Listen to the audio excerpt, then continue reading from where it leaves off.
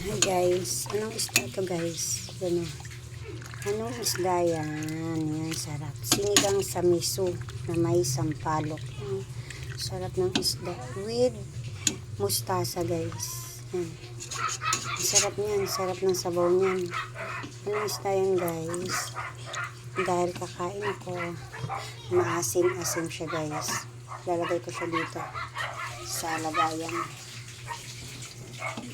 Hindi ko na nabigyan guys yung pagluluto kasi nagmamadali ako. Yan.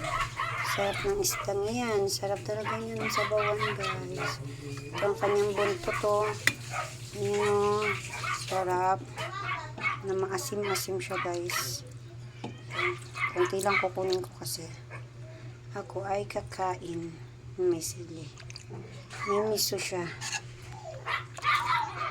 May sampalok. Yan. Ito. Sarap niyang ganyan. Malinamnam siya guys. Yan. Kakain na tayo guys. Tara, let's eat. Samahan niyo na ako. Thank you for watching. Bye.